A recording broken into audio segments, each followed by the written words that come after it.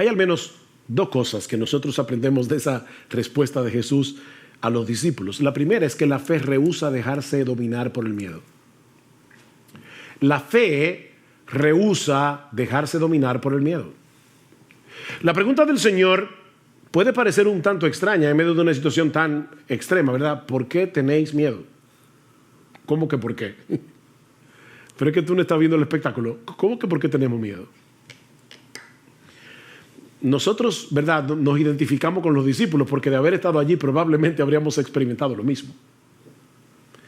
Sin embargo, la pregunta de Jesús implica una reprensión. ¿Por qué reaccionan con miedo? Ahora, déjenme aclarar algo para no crearles un problema de conciencia innecesario. Eso no quiere decir que los cristianos no tenemos derecho a luchar con el miedo. Sobre todo cuando estamos en una situación de peligro potencial.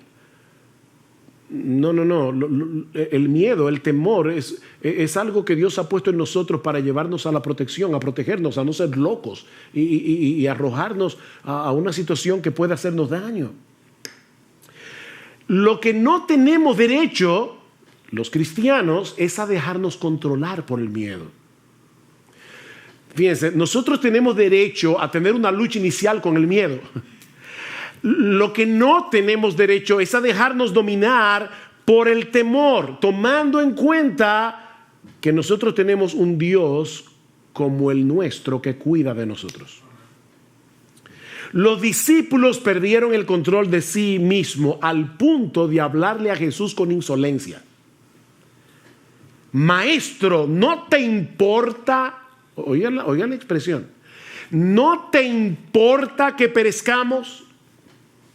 En vez de mostrar una fe sumisa y esperar confiados en que Jesús iba a hacer lo que él tenía que hacer, la frustración, el miedo, los llevaron a reprocharlo por su falta de cuidado y de amor. Ahora, no olviden, mis hermanos, que ellos acaban de ver a Jesús sanar todo tipo de enfermedad. Ellos acaban de ver a Jesús echar fuera demonios. Ellos estaban conscientes de su poder. Ellos estaban conscientes de la compasión de Jesús, pero dejaron que el miedo los controlara. En otras palabras, en ese momento ellos perdieron su teología. Ellos perdieron su teología. ¿Alguna vez te has visto a ti mismo reaccionando de ese modo? Porque ay, mis hermanos, a mí me ha pasado más veces de lo que yo quisiera recordar. Me ha pasado más veces de lo que yo quisiera recordar. Sabemos que el Señor es bueno, sabemos que Él es todopoderoso, sabemos que Él está lleno de compasión y de sabiduría. De hecho, tú y yo tenemos un conocimiento mayor que el que tenían los discípulos esa noche, porque nosotros vivimos del otro lado de la cruz. Ellos todavía en ese momento no habían visto a Cristo muriendo por nuestros pecados y recibiendo en su cuerpo la ira de Dios por nuestros pecados para que nosotros pudiésemos ser absueltos en el tribunal de Dios. Ellos vivieron del otro lado de la cruz. Pero ¿cuántas veces reaccionamos con esa misma clase de insolencia? Con esa misma clase de incredulidad en medio de la prueba. No lo decimos con palabras. Pero esa es la queja sutil y silente que está detrás de nuestra amargura y de nuestro descontento.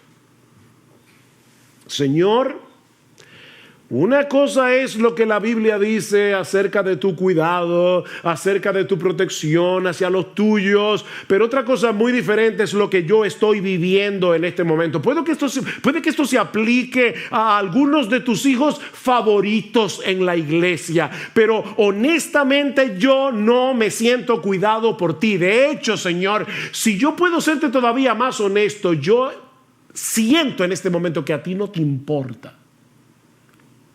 Suena duro, ¿verdad? Eso fue lo que los discípulos le dijeron a Jesús.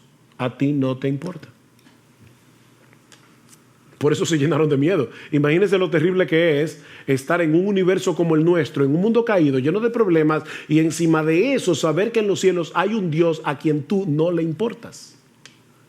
Que a Dios no le importa. A ti no te importa, Jesús. Eso fue lo que los discípulos le dijeron. Por eso alguien decía que esta es la historia de dos tormentas, una en el mar y otra en el corazón. Esta es la historia de dos tormentas. Mis hermanos, ¿qué debemos hacer cuando percibimos esa agitación inicial de nuestras almas? Cuando percibimos que hay un peligro o una aflicción, porque decimos la fe rehúsa dejarse dominar por el miedo. Sí, pastor, eso suena muy bonito, pero ¿cómo yo hago eso? Bueno, eso me lleva a la segunda enseñanza, a la segunda lección que nosotros podemos aprender de este relato sobre el ejercicio de la fe en medio de las pruebas, y es el hecho de que hay algo que nosotros tenemos que hacer con la fe. O si quieren ponerlo de otro modo, nosotros aprendemos de este relato no solo que la fe rehúsa dejarse dominar por el miedo, sino que la fe es una actividad. La fe es una actividad. Lo que yo quiero decir con esto es que la fe no se dispara automáticamente en medio de las pruebas. Se trata de algo que nosotros tenemos que poner en acción. Tú y yo somos responsables de tomar el escudo de la fe.